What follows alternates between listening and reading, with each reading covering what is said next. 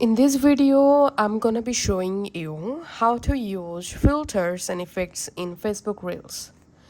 First of all, you need to update the Facebook app. So go to your App Store or Play Store and search for Facebook. And if you see any new update available, go ahead and must update your Facebook app first of all.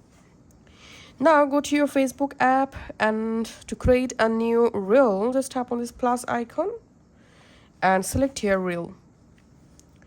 Now, if you want to use filters, you have to select this camera option. And now, in this right hand menu, tap on effects.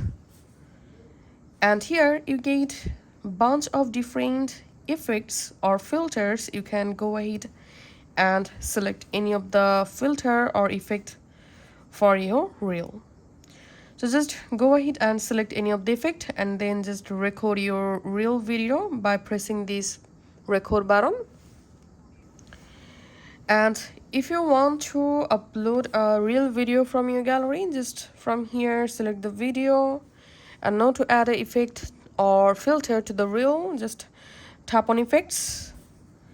And here you get a bunch of different effects or filters. You can add any of them to your reel video just like this. Once you select it, just go ahead and publish the reel video. Thanks for watching.